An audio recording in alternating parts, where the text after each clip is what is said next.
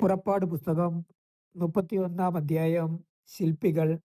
കർത്താവ് മോശയോട് അരുൾ ചെയ്തു, യൂദയാ ഗോത്രത്തിൽപ്പെട്ട ഹൂറിന്റെ പുത്രനായ ഊറിയുടെ മകൻ ബസാലേലിനെ ഞാൻ പ്രത്യേകം തിരഞ്ഞെടുത്തിരിക്കുന്നു.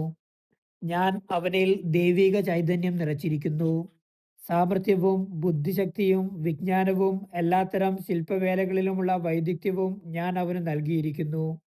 കലാരൂപങ്ങൾ ആസൂത്രണം ചെയ്യുക, സ്വർണം, വെള്ളി, ഓട് എന്നിവ കൊണ്ട് പണിയുക, പതിക്കുവാനുള്ള രത്നങ്ങൾ ചെത്തിമിനുക്കുക, തടിയിൽ കൊത്തുപണി ചെയ്യുക എന്നിങ്ങനെ എല്ലാത്തരം ശില്പവേലകൾക്കും വേണ്ടിയാണിത്.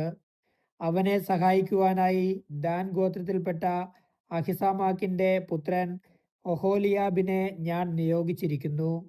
ഞാൻ നിന്നോട് കൽപ്പിച്ചതെല്ലാം നിർമ്മിക്കുന്നതിന് എല്ലാ ശില്പവിദഗ്ധന്മാർക്കും പ്രത്യേകം സാമർഥ്യം കൊടുത്തിട്ടുണ്ട്.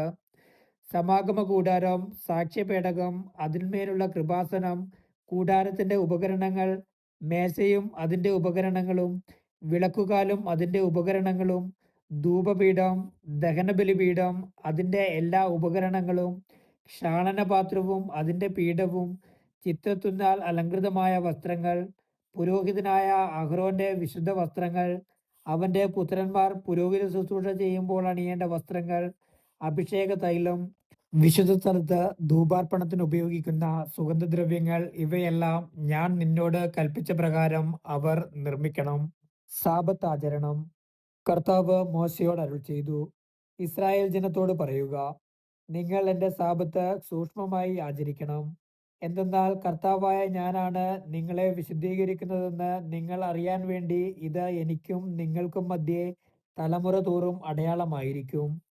നിങ്ങൾ സാബത്ത് ആചരിക്കണം, കാരണം അത് നിങ്ങൾക്ക് വിശുദ്ധമായ ഒരു ദിവസമാണ്. അതിനെ അശുദ്ധമാക്കുന്നവൻ വധിക്കപ്പെടണം. അന്ന് ജോലി ചെയ്യുന്നവൻ ജനത്തിൽ നിന്ന് വിച്ഛേദിക്കപ്പെടണം. 6 ദിവസം ജോലി ചെയ്യണം, എന്നാൽ 7-ാം ദിവസം സാബത്താണ്, കർത്താവിന് വിശുദ്ധമായ വിശ്രമദിനം. സാബത്ത് ദിവസം ജോലി ചെയ്യുന്നവൻ വധിക്കപ്പെടണം.